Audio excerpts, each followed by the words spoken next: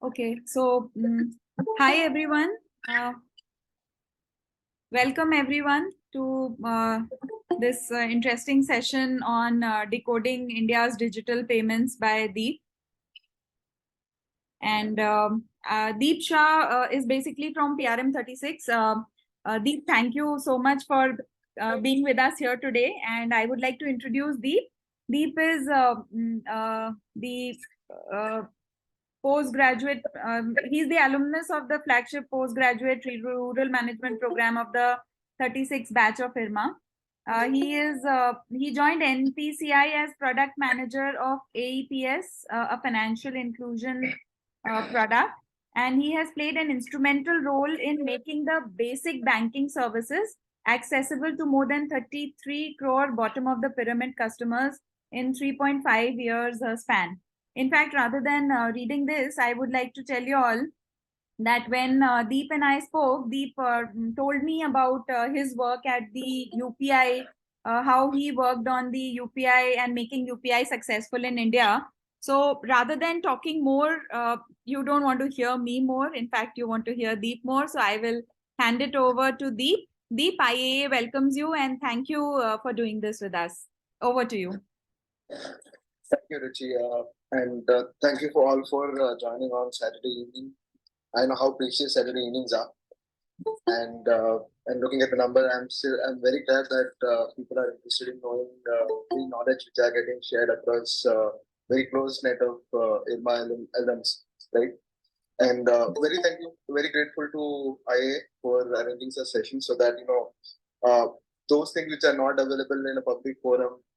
Sometimes those tacit knowledge which cannot be written or it cannot be shared very openly can be discussed in this forum. So with this, I think without wasting a minute, I would start my presentation. So just give me a second.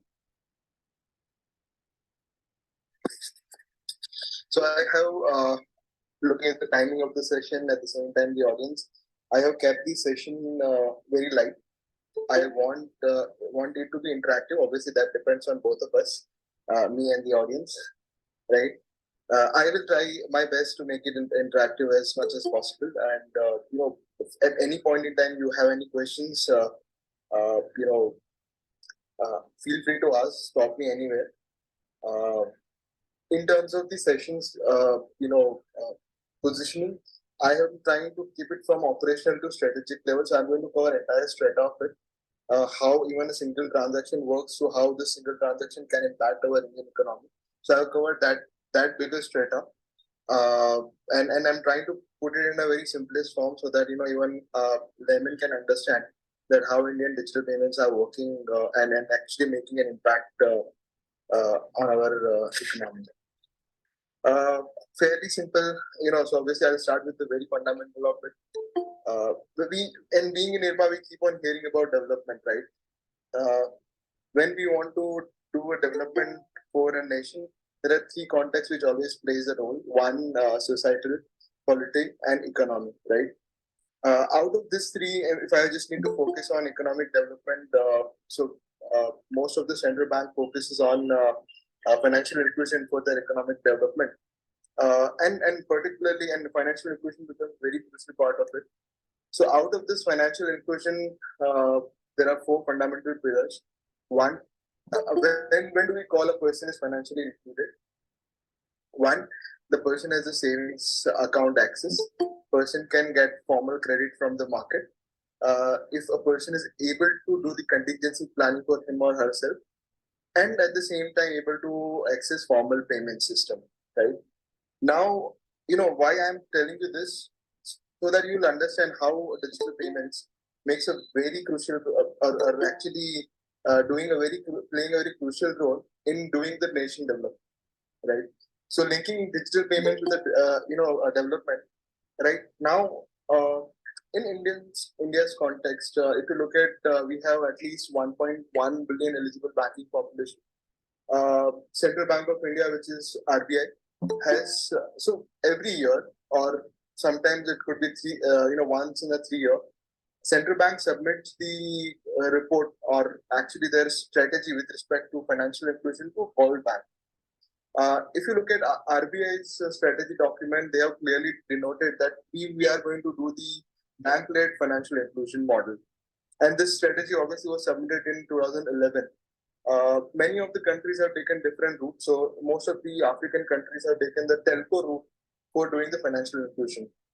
So whenever you think that why my digital payments are only accessible via banks and not via any other medium, you can get your answer from there. That yes, it was actually been thought through in 2011 that whenever we are going to make payment, it will be via banks, right? So this will make sense when I'm going to cover the rest of the slides, and it will make much more sense that why this particular entity is only bank and not any other party. Going forward, obviously, everyone has heard about Jan thing, right? What is Jan apart from the butter one?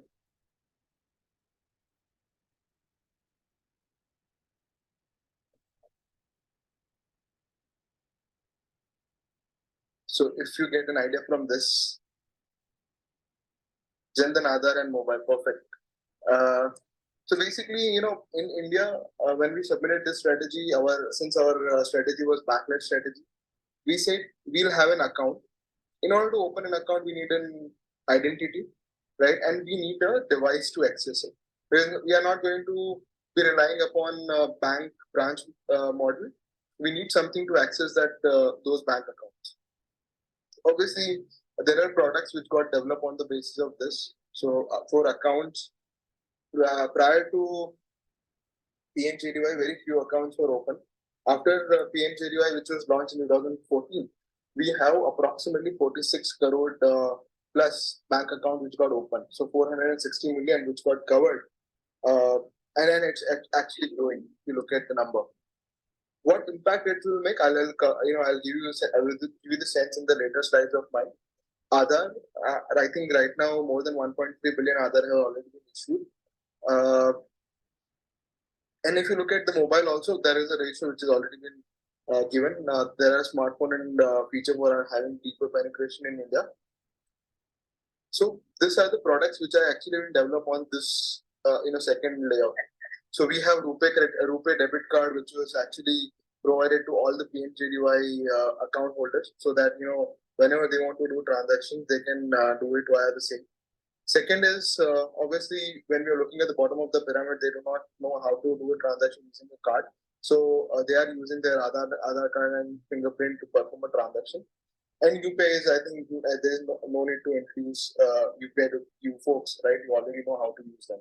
So more than 350 million people are already using UPI in the current scenario, and the number is growing at least 20%, 30% year-on-year basis.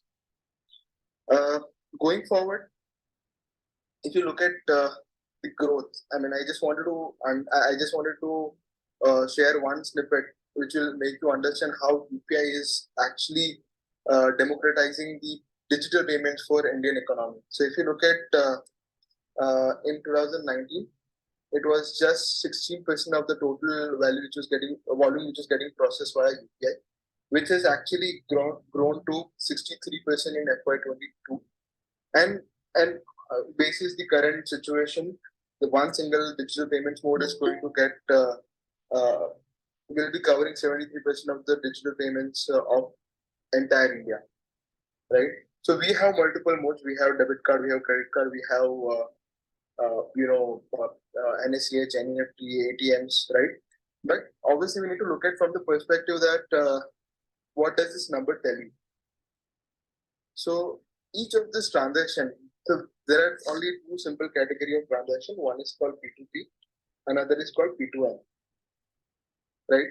So what is P2P transaction? When I'm sending a money to Richie, it's P2P transaction, right? If I'm, let's say, buying a website domain from Sanjay sir, then I'll be making a P2M transaction, right? Now, what is in it? Why I'm differentiating two payments? We need to understand. Whenever I am making a merchant payment, merchant is paying something called MDR.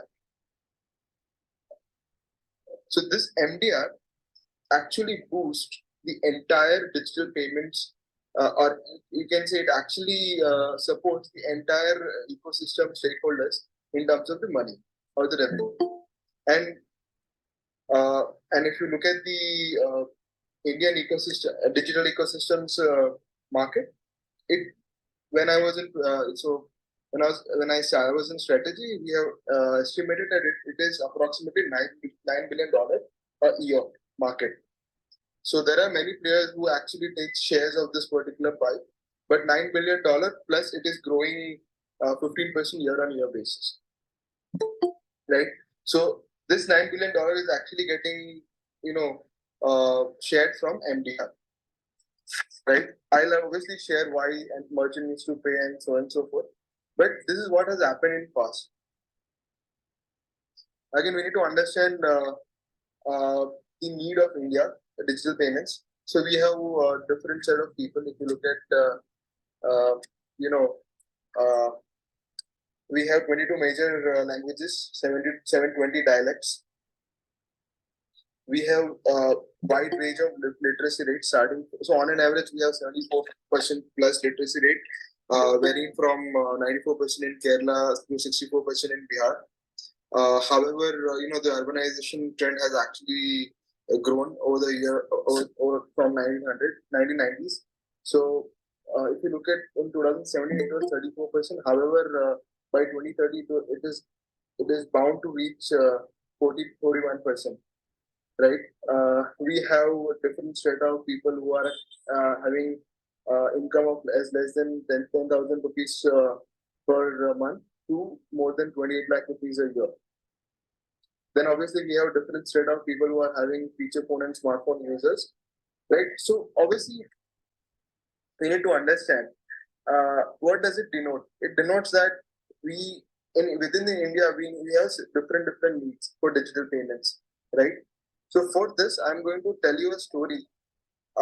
So that you understand the background, what kind of people we had, the kind of strata which we have created across languages, across literacy rate, income groups, smartphone users versus feature phone users, urban versus rural, right? Everyone has a different set of needs to perform the digital payments, right? Let me start with the story of 2010, story of Savitri Bai, right? So Savitri Devi is age 64 then. She was second standard pass. She is staying alone in a village called Chitgad. Chitgad is located in a district called Gondia. Her primary source of income is she is a farm laborer and performs certain household activities in and around Gondia district. Just to give you a background, where is Gondia? Gondia is located in northeastern part of the Maharashtra, and her village is located here, 70 kilometers outside of the district center. Why this background is necessary? So you'll understand. In 2010, she's more than 60. She was entitled to get pension scheme from Government of India. She was supposed to get 2,000 rupees at that time.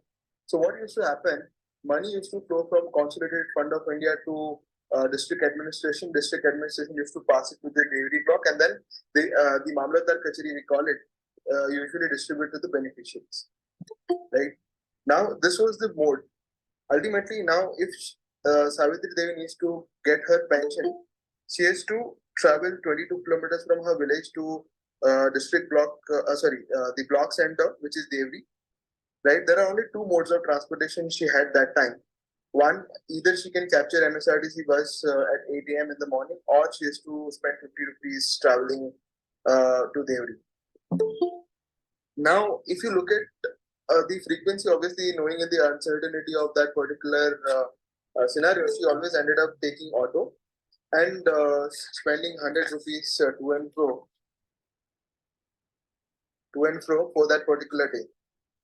So those people who have already been to the Mamlatdar Kachari or the block level administration office, you know that these guys are not only doing pension for their for the beneficiaries. They have multiple tasks to be done.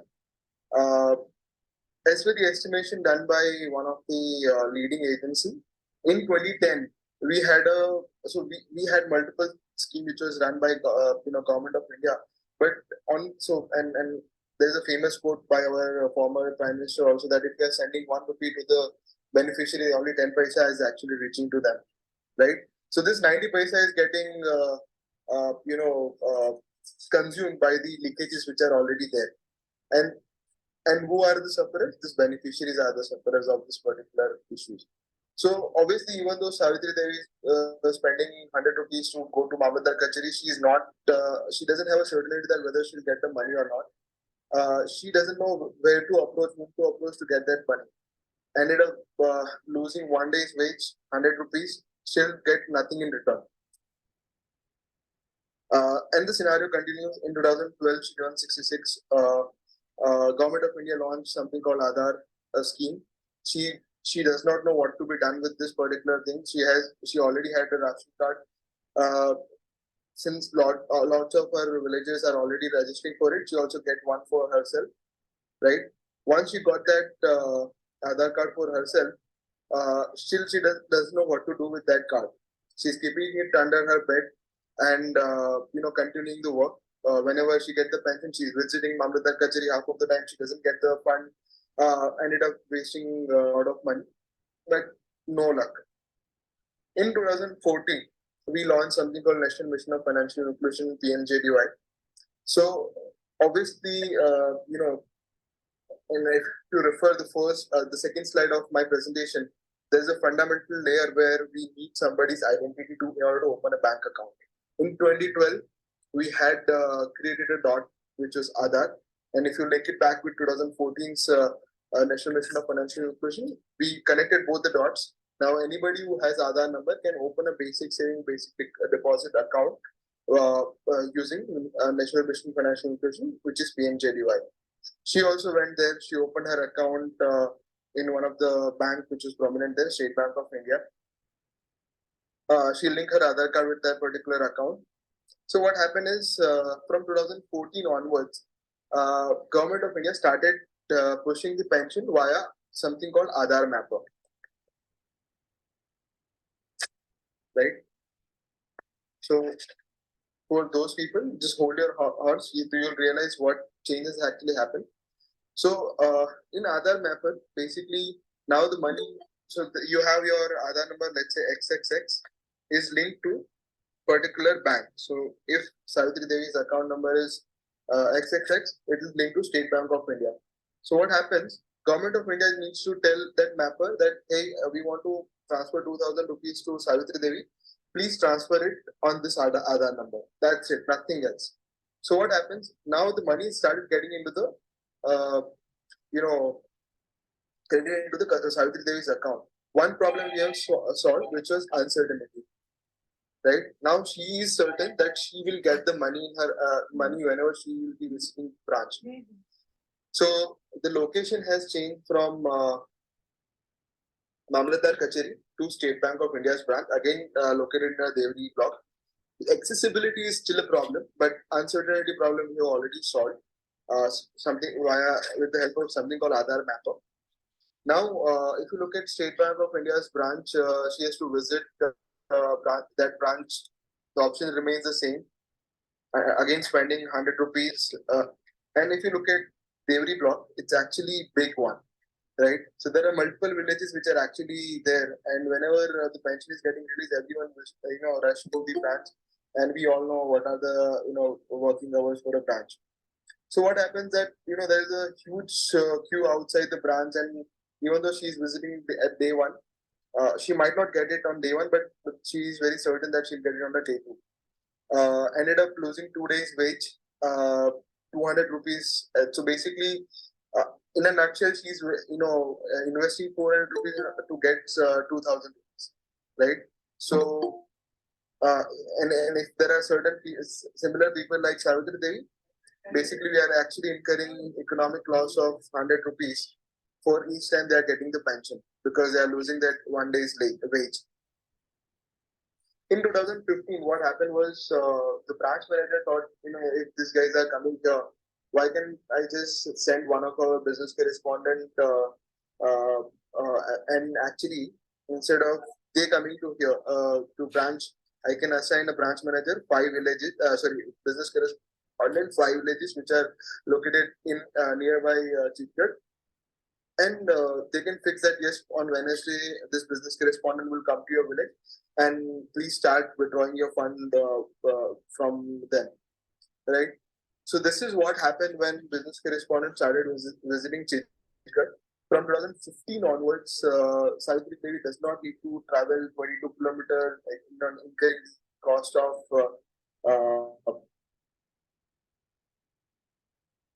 incurring the cost of 100 rupees or 200 rupees. She doesn't need to lose that one day's wage. And all she needs to do is she needs to go with an Aadhaar card, tell this business correspondent where is she having an account with, putting that, and if you look at here in the slide also, she's putting a thumb to authenticate herself that yes, I'm Savitri Devi and I want to access my account, right? So this was in 2015, and now on, if you look at that particular business correspondent in current scenario, there's a permanent business correspondent posted in a panchayat office of Chhattisgarh, right? So the scenario has changed, but I'm talking about 2015. From 15 onwards, one good thing has happened. Story of Happy Savitri Devi.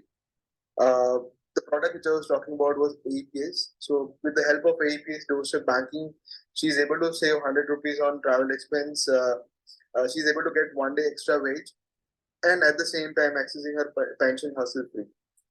Now, if I have to extend this scenario, in a year, we are serving approximately 33 CR plus such Savitri Devis of India, right? So if I just multiply this 3,300 plus one day's wage, 33 crore into one day's wage, you can actually understand, what kind of impact we are making via introducing such products in our rural India, right? And this 33 CR is number of year. So if you want to multiply it by 12, feel free to do that. So that's a value, economic value, which we'll be able to create by providing such products, by integrating multiple systems, banks, UIDI, NPCI, and that value is actually getting created. Right? Any questions till now? I hope people are enjoying it, not boring them with a lot of theoretical parts. So we already have a couple of people raising our hands. Let me just quickly. Ajay sir, you have a question? No, I just wanted to highlight it's going on excellent. Thanks, Deep, for that. And please record this so that many more people will benefit in future. Yeah, sir. I think this is getting recorded. If I'm okay, okay. Great one, yeah, Deep. Excellent. Deep, I have one question. Yes. There was a maid I used to have, and she wanted to open a bank account. She did have an Aadhaar, but it was not a local Aadhaar. And we approached multiple banks, but we could not get an account opened for her. So when you say that, so it was not a Pune Aadhaar, it was some other, some her village Aadhaar was there. So you can actually get one notary done that yes, he's working with and bank banner. So all they need is just a local proof for opening a bank account. Okay. So along with that Aadhaar, they'll be able to open that. So private banks create a lot of ruckus, is it? Ideally, they should not. But just correlating with the data, if you look at the share of private bank in nothing against them, but private banks share in opening PMJDY account, it's pretty less. I mean, hardly it's just 10% or less, in fact, less than that. Okay. So, continuing the story, obviously now we will be talking about much more than Savitri Devi. We have gone beyond bottom of the pyramid to, so Kishindav is exactly the case of Savitri Devi, where he is actually he has to incur the loss of one day's productivity to access the bank account. We have Mr. Balla, who is age 42, graduate living in the Batinda, having the store. So he faces a different level of challenge. I think just a second, I'll wait for the screen to change. Yeah. he faces different level of challenges, cash handling, pilferage of the notes, damaged notes, right? So obviously, in order to support his business, he required a different level of product. If you're talking about Ms. Shah, postgraduate entrepreneur in India, she faces a different level of transaction challenges. She's for her, all the other products are pretty slow. So understanding the requirements of each of the persona, we have different set of products. So we have APS for the bottom of the pyramid, Rupee for middle of the pyramid, and obviously it's not that this categories are bound to use those products. They can actually so in fact, Mr. Balla can set up a UPI, Ms. Shah can use Rupee, and so on and so forth, right? And further to extend it to larger products, we have EPS and Aadhaar for the bottom of the pyramid. We have different solutions for middle of the pyramid, including Rupee, Bharat Bill Pay, NSCH. Now UPay is also kind of spilling over to the middle of the pyramid because the kind of number we are looking at, and so on and so forth for the top one. Yeah, Kamal. Deep. See, government has done an excellent job. There's no doubt about that. Okay, but the real problem as of today is 60% of Indian population do not have access to internet. Understand? And frankly speaking, I have a solution whereby you can transfer money without having internet and wallet. Okay, it is not USSTR and all those sort of things. It is something different, not even SMS banking. It's a 4-step one. But people are not willing to accept it. Even government is pushing their own agenda. So in this context, this whole discussion or the propaganda or the good work which is being done by the government becomes useless unless you have those sort of solutions whereby you can provide money transfer without internet to the larger population. Otherwise, your financial inclusion goal will not be fulfilled. In the we all have seen that during time of Corona, where when we got shocked and we all were running for the internet, video one all those sort of things. Okay, so the internet speed goes up. And some of the villages you have to go where they will say, well, people ke ped pe chad jao, to tumhara network aa jayega, nahi to nahi aayega. Chale jao 20 kilometer aage jaake. Still that situation is there, and you call Kerala any point in time today also, you don't get any network. One time it is next to impossible to get a call connected there. That is the situation in most of the states in India. Okay, so that is a big bottleneck which I wanted to point it out. Okay, thanks. So I think just to answer this question in two-fold. One, what current solution we have developed. Second, what we are even thinking in the future. Wherever there is no internet, but at least the voice connectivity is there, we have done something called 1 to 3 pay. So if you look at this product, right now it is in 0 to 1, kind of growth situation where we are amping up 3 different modes. One, missed call pay. So you give a missed call to a particular number, you get a call back, and you can enter your UPI PIN on that particular number. Sorry, interrupting you. That is IVR technology. Old days, gone are days, because I have worked for the bank, Ajay knows it very well. Okay, gone are days. Nobody wants to follow that, and today that is not working at all. No, I understand. So that is why. Yeah, that was the technology which has come in, and all the efforts of government has failed in this direction. All the efforts, I would say, as of today. So I think, you can hear me out. So 1 to 3 pay, there are 4 types of solutions which we have actually launched. One is IVR based. Second is where we are actually, going to tap the phone and the money will be, transferred. So that is already getting tested. So if you look at, the merchant payment, specifically to merchant payment, we are not going to do that for B2B transactions, where you just tap your phone and the money will get transferred there. So, and for future. So in fact, for all your NFC-based phone, without having an internet, so not even a voice data, your phone is on aeroplane mode, you'll be able to transfer money. So that is what we are working on. On your phone also? Any phone, yes. Okay, great. That sounds good. Yeah. So obviously we are very cognizant of the situation. In fact, I do very extensive field visits, and I completely agree where the kind of network which we actually get. So probably we might be sitting in a AC cabin, getting full 5G access. Will not and the people the tree example is very aptly put in. That hey, you want to get on internet, you get on this store's roof, and you'll be able to get this. So I'm completely aligned there. So understanding those problem statement, we are designing the solutions. 1 2 3 phase is one thing just to ensure. So basically, when did this 1 2 3 phase need arises? Obviously, if you look at in India, the kind of network which we are seeing, still there are many areas which are having 2x having 2G network, but will not be able to make digital payments. So for them, we are actually using IVR, to be very honest, right? So and this solution I'm definitely going to cover in near future. If you look at, we already started that journey by introducing UPI Lite in September 2022, right? So the solution I'm telling you, they will work for sure. Okay. Yeah. Thanks. Yeah. Any other questions?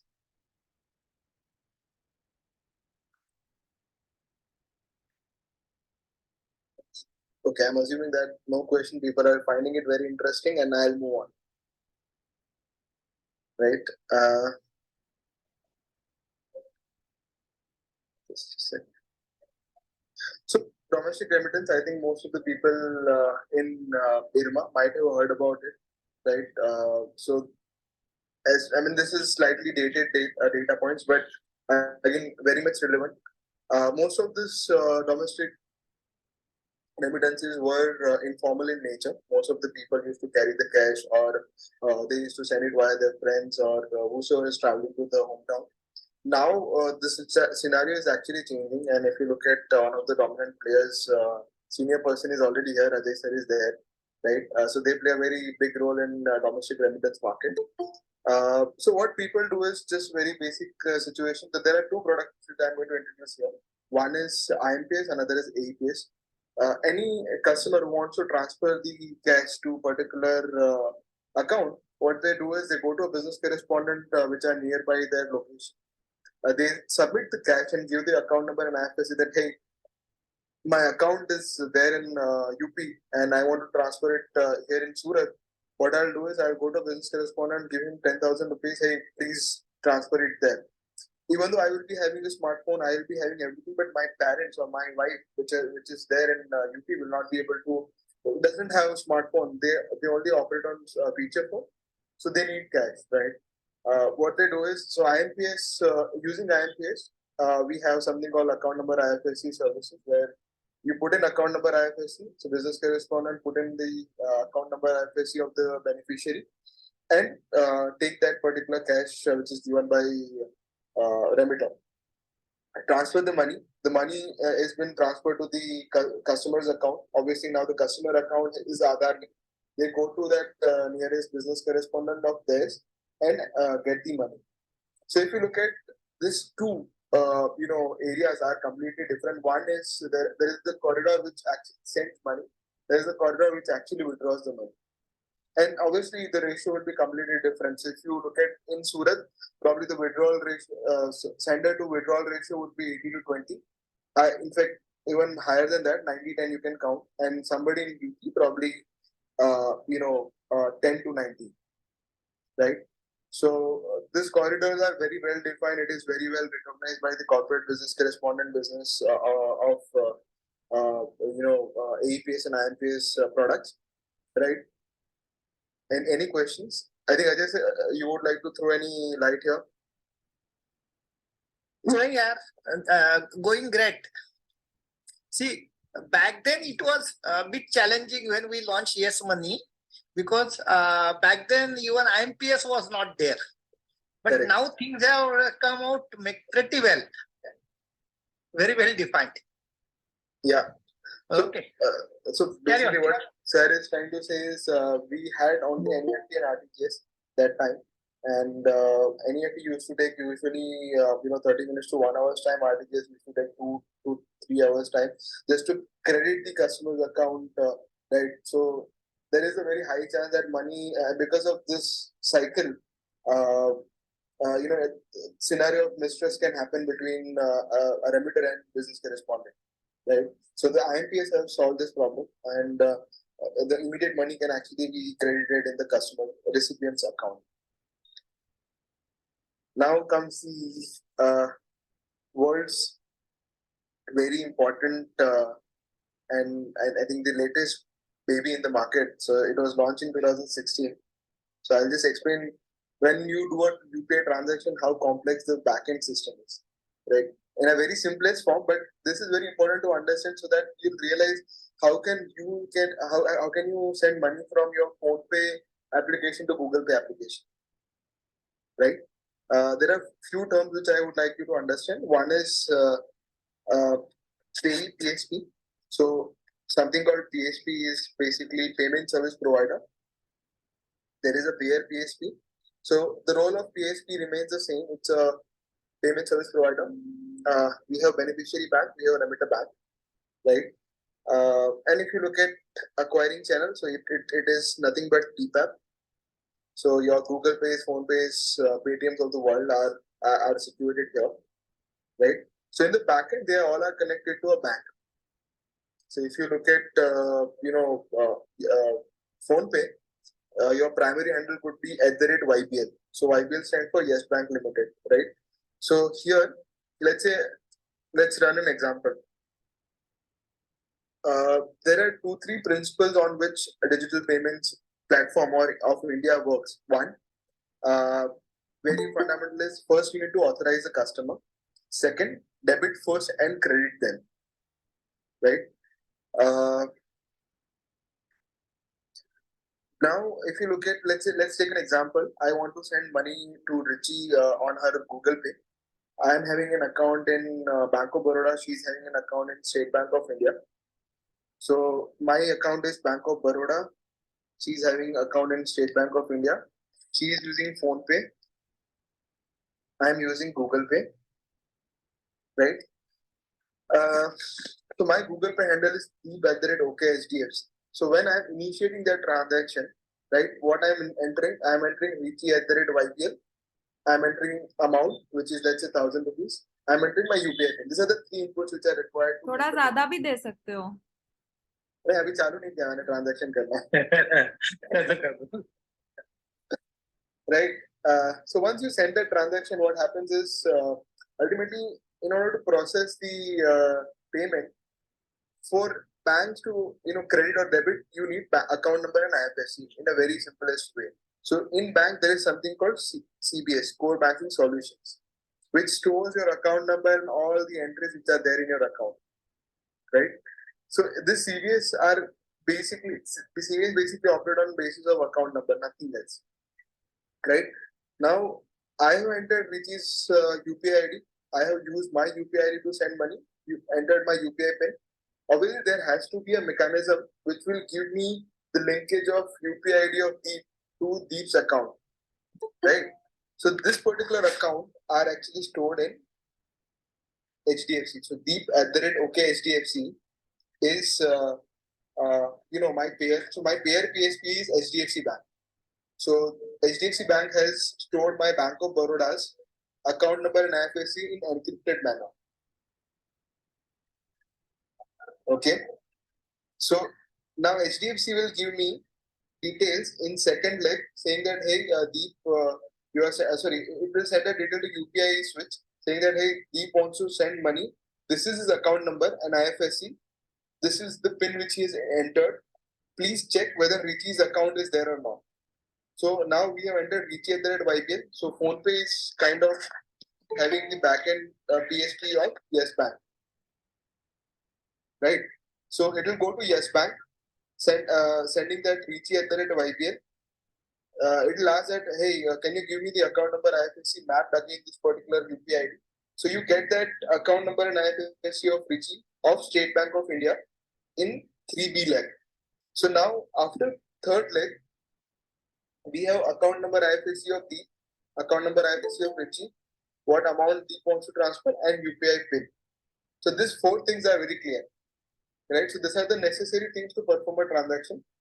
Going back to the rule number 1, authorize the remitter, right? Where are my details stored? My UPI PIN and everything stored.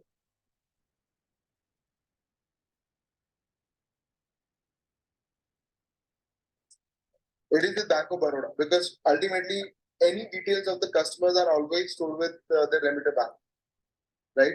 So remitter bank BOB has my UPI PIN plus account number, right? So this account number, so in 4LX we are sending each account number, IFSC, UPI PIN, and asking that, hey, can you please check whether this PIN is matching against that particular account number? If yes, then debit that account. So going back to the second rule, debit first, credit then. So we'll be debiting Deep's account minus 1,000 rupees, right? Coming to the coming to UPI switch back, we'll pick up that DG's account number IFSC provided by Yes Bank, send it in 5A leg, right? Ask them to credit the same. In the 5B, we are giving this confirmation that yes, the DG's account is credited. Which you can check, you might have got 1,000 rupees now, right? And the confirmation will come back to UPI switch, and UPI switch pass back to Google Pay, saying that, hey, can you check this money has already been transferred and so forth with Phone Pay. Right? So this is how the entire transaction is actually flowing. And if you look at usually how long it takes to perform a transaction, 2 seconds or less than 2 seconds, 2 to 3 seconds, right? If you once you enter your UPI PIN, the entire transaction gets completed within 2 seconds, 2 to 3 seconds, I would say. This transaction actually travels more than 3,000 kilometers to, because most of the banks have servers across India, and there are four to five parties which are actually involved. So within 3 seconds, it's traveling 2 to 3,000 kilometers and coming back and giving a response that yes, it is okay to go ahead. And that's the complex network which we have created in a very to deliver a simplest consumer journey, right, for the end consumers. And what is the failure rate, the transaction failure rate? Failure rate, we already, so technically, for technical, so there are multiple transaction failure rates. So we divide it into 2 parts. One, wherever there is a system failures, right, we call it technical declines. When the system is working fine and anything happens over and above that, it's called business decline. So let's say customer entering a wrong UPI PIN gets into business decline. However, my bank server not responding is technical decline. Right? So how much is overall failure rate? Overall, right now, if you look at that is getting published on our website also, we have 91% success rate. Approximately 1.2% is technical decline and rest is business decline. And so almost 9%. You're saying 9% is the failure. Quite 7.8%. Yeah, you can say. Yeah, 7.8 is a business decline. Yeah. Okay. So ultimately, majority of my declines are coming from insufficient balance, UPI PIN entered wrong, and many other reasons. But these are the top reasons, right? Deep, I have a very simple question, and I'm sure everybody feels that this entire UPI is a framework, and it is dependent on the IT infrastructure of 4 participating entities. In spite of that, how come it is so fast? Fast is amazing, because I handle servers. I know that, even YouTube is not so fast. And, you move your mobile phone to immediately it initiates the transaction, and immediately also you find that the transaction has completed. It is, I think, it's very, very amazing. I don't know whether how many people appreciate it, but it is somebody has achieved something close to impossible thing. Yes, sir. I think I agree. So the credit goes to ecosystem, to be very honest, and all the participating bank has actually put in equal amount of efforts to maintain that infrastructure at an ecosystem level. Earlier, this 1% used to be at 3.5%. With collaborative efforts, it has been brought down to 1%, and in fact, government is now planning to reduce it further to 0.1%. So they are targeting at that level. Okay. No, this is really, whatever explanation you give, I really find it very amazing. And the second thing is that, like, sometime back on a team, there was a discussion in which the banks and the guys from the Bharat Pay were there, or some UPI money transfer company, and they accused the banks that they never promoted UPI, and the bank guys, I think it was that earlier SBI chairman Rajneesh, he said that banks don't have money to invest in future technology, something like that. And so when you say that thanks to the participating banks, they have also improved their infrastructure. So don't you find there is some mismatch? On one hand, bank chairman itself is saying that we don't have money to put on this kind of technology, and then the whole thing works so beautifully. No, sir, I think I'm not sure on the other technology part, but at least banks have invested. Okay, so nothing to gain there. And the reason is, and if you look at the growth rate, right, sir? Earlier we used to perform what and same time last year we used to perform the transaction half of the current transaction. So right now we are performing 8 billion transaction a month. Last year in month of May we were only doing 4 billion transaction, and a year prior to that we were only doing 2 billion. So almost like 100% year-on-year growth is what we are getting, right, for that particular month. In order to handle those kind of capacity, obviously bank needs to invest. Otherwise, your failure rate cannot be maintained at 1% for sure. Yeah. Right. So I'm just trying to connect the dots for you so that I mean, obviously there could be a scenario where banks might not be investing in others technology, but for UPI, I'm 100% sure that they are staying invested. And without their support, it will not be possible. So we have a simple thumb rule: whenever the maximum peak is actually reaching your 0.4 or 0.3x of your capacity.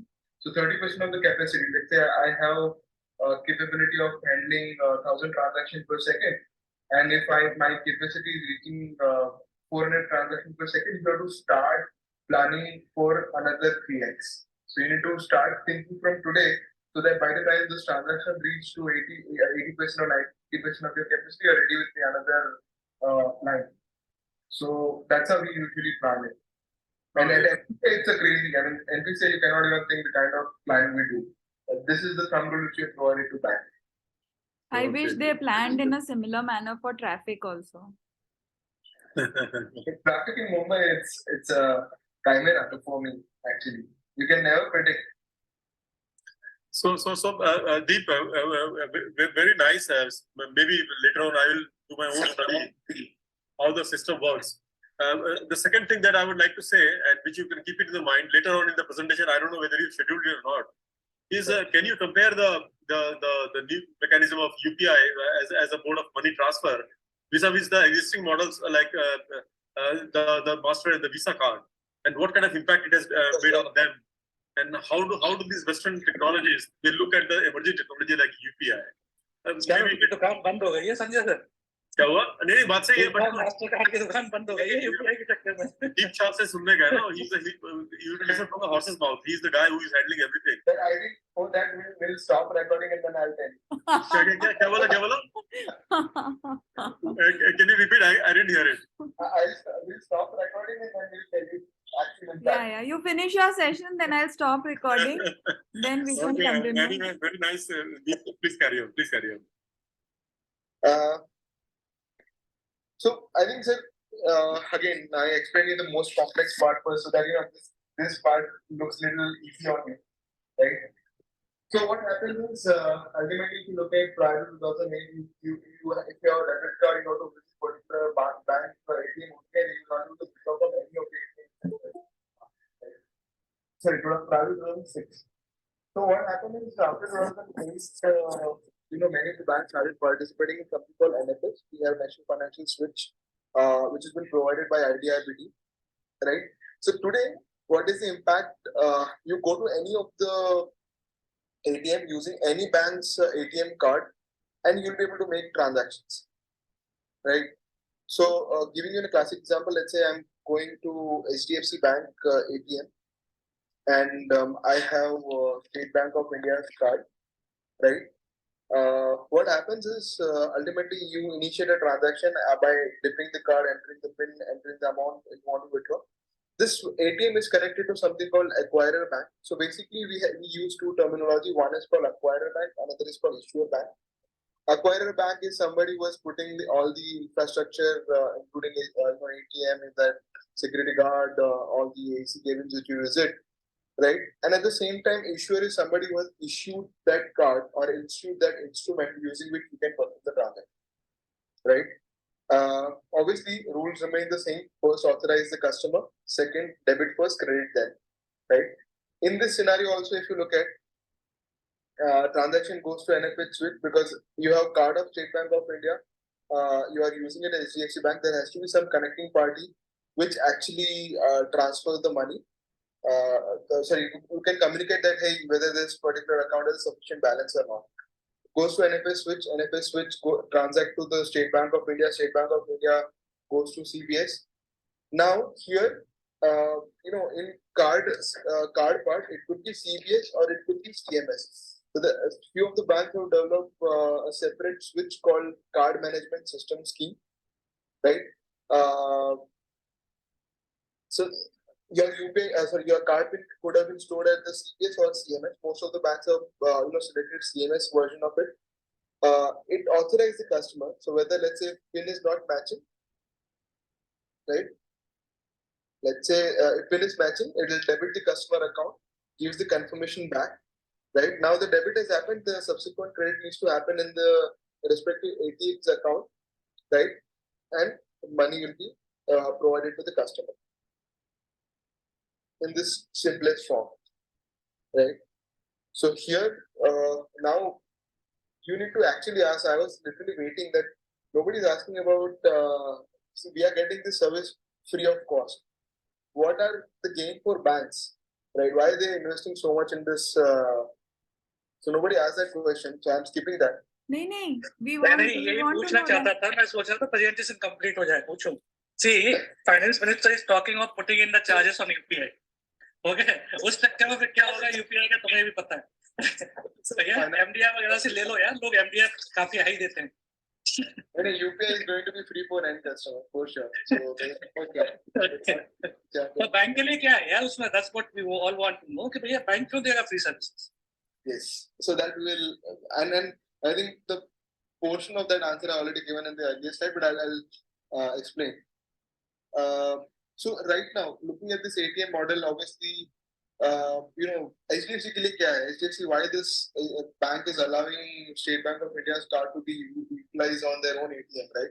They have put in infrastructure, they have put in their switches, and they're like anyone can visit and do it. So there is something called interchange fee. Interchange fee. Yes, and you might keep on hearing. So basically, interchange fee is applicable when one party of a payment ecosystem is utilizing somebody else's service to provide the end consumer an experience. Very simple terms. Here, State Bank of India is utilizing HDFC Bank, server, so that they have to pay something to HDFC, and that particular transaction fee is called interchange. Right now, it is in the range of 15 to 16 rupees per transaction. Right? Sanjay sir, something for you. आपका नीचे दिया है. सबके server cost कम करवा दो, उसी पे लोग ज़्यादा उसको ज़्यादा benefit हो. He can share something with you.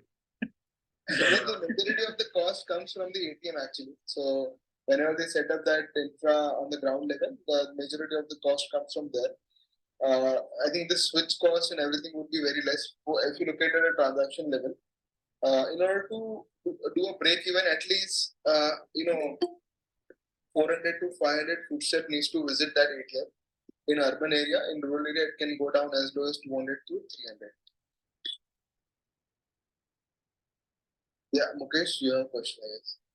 Yeah, just to add to the apart from the server cost, there is cost of fund also, sir. Like the moment you walk into ATM, you walk out with funds, but your bank never gets the fund in the real time. That happens. It's like credit first, debit first, credit immediately, and settle later. So your bank will get fund after 3 or 4 hours, and there's a cost of capital for your bank. That if that capital was available with your bank could have earned anything out of it. Correct. Keeping all these factors, because this cost of capital get defined in all the interchanges wherever you see, a major component gets derived out of that also. Yeah, float terms, banking terms. Right. sir. वही चाहते हैं सब bank है, right? Okay. ठीक तो बस आपने जो थोड़ी देर पहले पूछा था यूपीआई में कहाँ से खाते हैं, फ्लोट से खाते हैं सर. नहीं, thanks, Deep. I got my answers actually. ठीक है. I didn't think in those directions, but that's good. Very good. Right, sir. Thank you. So this is interchange fee ultimately. Basically, whenever you perform a transaction, and there are few. So basically, the higher number of ATMs you have put in the market, there is a very high chance that you get those, interchange fee, right? Similarly, we discussed about AEPS, the story of Savitri Devi. This is how the transaction happens in the backend. The only difference from this previous flow is, if you look at the authorization of the customer is happening at the CBS level. However, in AEPS, this happens at the UIDA level because Aadhaar number and fingerprint are only stored at the UIDA level, and nobody has the access apart from UIDA, right? So if it's not a match, right, they'll straight away reject the transaction. But if it's a match, it'll go to the issuer bank of that Savitri Devi, debit the account, give the confirmation back, an acquirer bank gets the credit.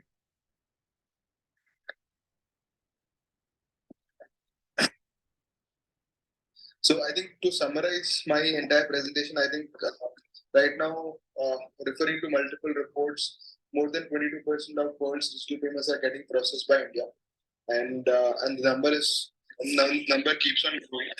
Right? The only message I want to pass is thanks to the ecosystem participant, we are actually able to make this system more scalable at the same time sustainable. Right. With this, I think I'll conclude my presentation. Any questions, feel free to ask. So, yeah, Sanjay ne utai liya. Deep, I would like to hear something from you about nowadays. Everybody is talking about the cross-border payment systems. Yes. So what is your take on that topic, and why this topic has come up only recently? Because there is no technological change in the cross-border payment system, but this topic is being talked about, and a lot of new startups have come into space, including our own Sanjay Tripathi, who has started to got into this. So, any comments on this cross-border payment systems? Sir, I think if you look at the data is already out there. And, cross-border remittances, at least in the formal terms, World Bank is publishing the report. Yearly basis, it's in terms of the value, it has in 2022 it was 80 billion. Now 82 billion dollar. Now it is $100 billion market. Right, and it's growing on a 15% market part. Right. If you look at and for NPCI, for any India's digital payments ecosystem player, the North Star actually is RBI's payment vision. What RBI wants to do about India's digital payments system, right? And if you look at the recent document of RBI, they have really noted that they want to bring down the cross-border remittances transaction cost, and that's where RBI started putting in more and more efforts to bring that cost down. Right. So right now, if you look at the cost is approximately in the range of,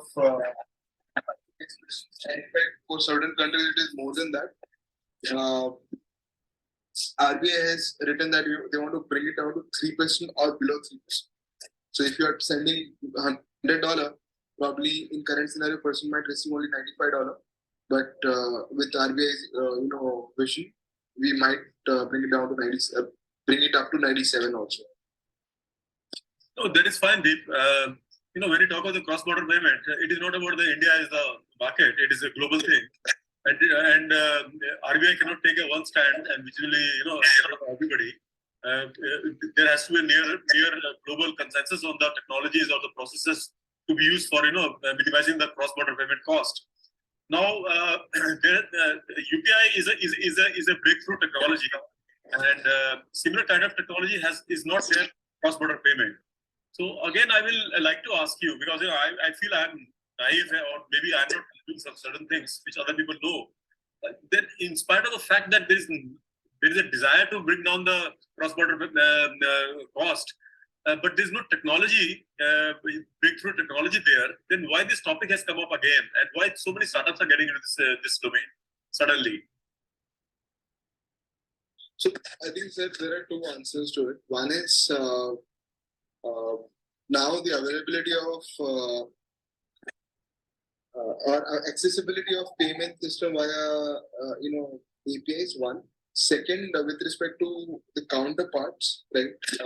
In the counterpart also, RBI has started developing those connections. So if you look at the countries like UAE, Singapore, they have started having that connection with their networks, right? So those interventions by RBI will definitely help us to bring those kind of technology advancement there also. And there are many news in the market with respect to NIPS, which is an international arm of NPCI, where we are trying to extend our services to the digital to the foreign markets also, so that the UPI can be leveraged and designed and at the same time provided to their foreign nation. Okay, fine. Let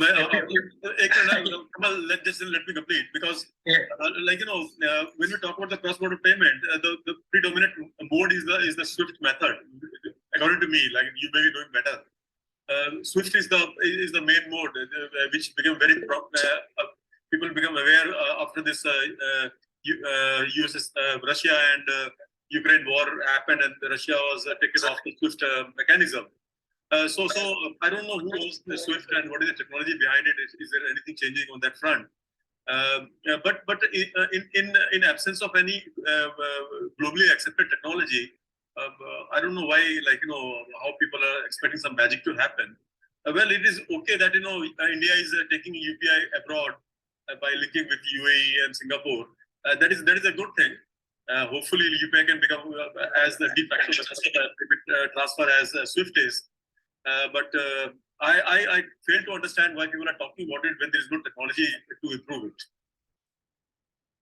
I'll connect with you, because I think in order to explain that, I need to use a lot of technological jargon. Okay, fine. Maybe it might become very heavy for the participant. Okay, fine. Okay, Sanjay sir, पता नहीं आज आप मेरा mind कैसे read कर रहे हैं? क्या हुआ? Whatever question I wanted to ask, you have already asked those questions. अच्छा, अब मैं चुप रहा हूँ, मैं भी सोचूंगा कि मैं क्या सोच रहा हूँ, बता दें आप. माइंड रीडिंग कहाँ से आ गई? तो थोड़ा सा मैं अपनी बिट ऐड कर देता हूँ. There is a cross-border problem. ऐसा नहीं है कि we don't have technology. We have very high level of technology. Okay, and frankly speaking, the biggest challenge which comes out is the regulatory framework, FEMA and FERA, जो आपको पता है. Okay, because there is a limit for those things. There are two technologies which I am aware of right now. See, IDFC Bank is giving you a credit card, which is in rupee terms, but you can spend in any foreign currency, which they permit. They have around 10 currencies loaded on their card, whereby they don't charge you anything on credit card. No forex conversion charges. Okay, so this is technology by itself, right? So UPI per se is not able to do it for different reasons because regulatory framework is not that much strong. But now you might have heard that we have started trading in 18 countries in rupee terms, and Boston accounts are being opened. So that is an extension of these technologies. When the frameworks are well defined, properly defined, then probably UPI will come in play and start. We will be able to pay in UPI terms itself. We will be able to transfer through UPI. Technology is well developed. Technology, I don't have any doubts. We don't have technology. We have technology. No doubts about that. Anyway, so and startups are trying to take advantage of that, but they are not able to take up, to my knowledge as of today, region is regulatory framework. देखो एक amount से ऊपर transfer किया FEMA वाला आ जाएगा आपके घर बहुत तकलीफ है That is a big problem, and frankly speaking, last year somebody was discussing around $8 billion got transferred to UAE alone. The actual numbers could be 3 times higher than that. That is what it is. So most of the Indians do not want to show it to authorities what kind of amount they are transferring, because limit is $250,000 only. You can't do beyond that. And $250,000 में Dubai में कोई आसपास बैठने भी नहीं देगा, कुछ नहीं होगा उससे, प्रॉपर्टी खरीदने की बात तो भूल जाओ, right? Correct or not? So they need to transfer much higher amount to framework it. अच्छा दीप, जब भी टाइम मिलेगा I will connect with you, because I wanted to understand what is the future of Visa and Mastercard and how either they are going to collaborate or get out of the deal. Okay, कुछ तो होने वाला है उन लोगों का, जो संजय सिन्हा ने ऑलरेडी पूछ ही लिया कि क्या चल रहा है उनके कंपैरिजन में, तो वो सेपरेटली बात कर सकते हैं. रिकॉर्डिंग करके एक बार बता दीजिए दीप. रिकॉर्डिंग बंद होने के बाद एक बार बोल दीजिए. बोल दीजिएगा. Recording already stopped मेरे हिसाब से. Okay. So if you can Deep speak if comfortable.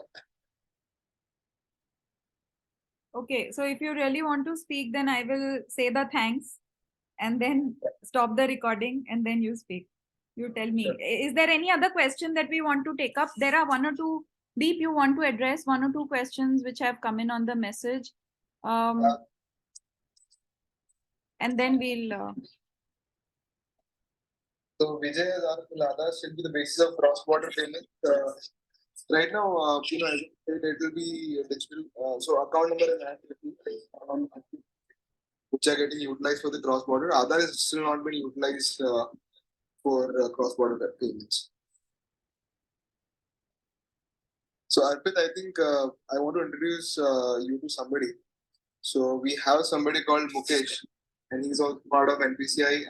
And whatever question you ask, he's the one who is handling that portion. So feel free to connect. He's my batchmate. We joined NPCI together. He's part of CEO of the strategy. And अच्छा, Gaurav Lumba was also there. Gaurav Lumba was with the NPCI. He's still there. Oh. Mukesh, if you can introduce to Arpit. Sir आदेश करो sir. नहीं आप मिल लीजिए. अर्पित sir को question है. हाँ sir बताइए ना please. So Arpit's question is, how is the incentive for UPI P2M transaction working? Also, why government is giving only for less than 2,000 value transactions? Sir, 2-3 reasons. First of all, limited budget. Second, incentive is going on very fine. Government has already allocated 4,000 crore over the last 2 years, and I think till December 23, all the incentive whatever has been allocated is already in the bank's account. Now only the settlement between issuers and acquirers is pending, and that's the way incentive is like. If we try to cover the entire amount, the budget will be too high, sir.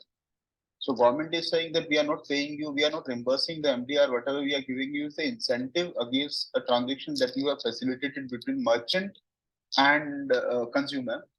And P2P transactions are not incentivized, reason being the commercials are working like as per the market forces and all.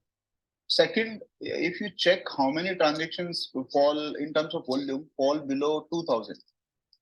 That is as good as over 95-96%. So if 95-96% the transactions are already facilitated, and the probability of a transaction of a larger ticket size happening at a merchant is very high at a large or an organized merchant, and they can very well absorb this cost. They like in the overall scheme of things, they can very well absorb it. So this is the overall rationale.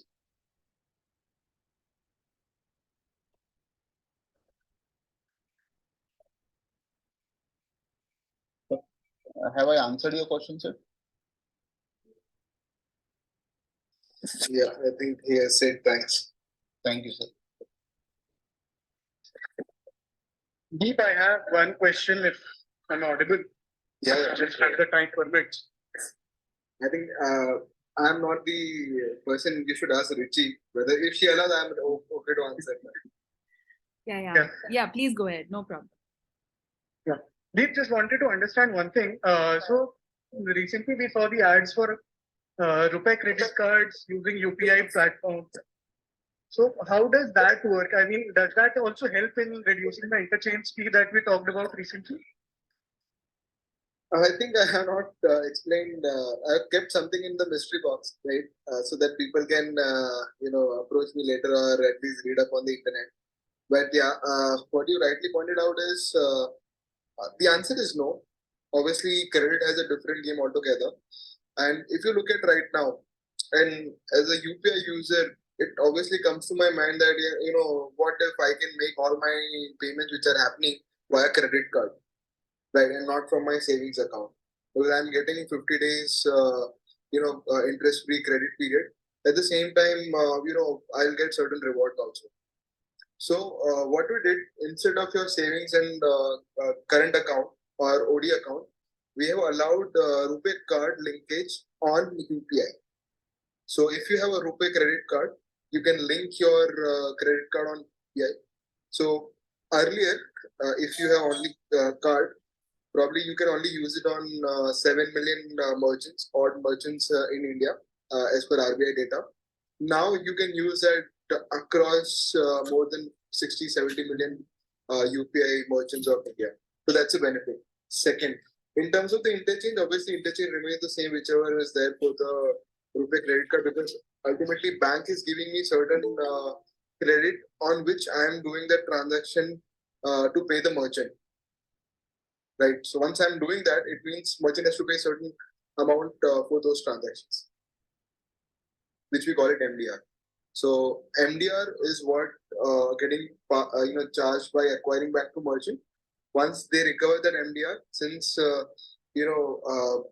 issuer bank will tell me that hey, if I would not have given you the credit card with that customer will be able to perform transaction. Answer is no.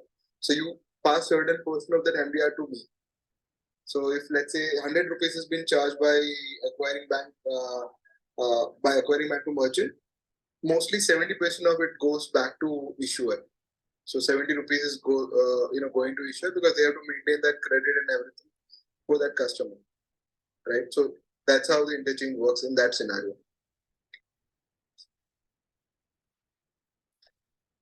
Okay, great. And also just one thing, just a follow up on that. How do you think that Visa and MasterCard will venture into this? As per the RBI approval, I would say. Once I think it depends on the regulator's approval. Right now, the regulator's approval is only there for RuPay credit card.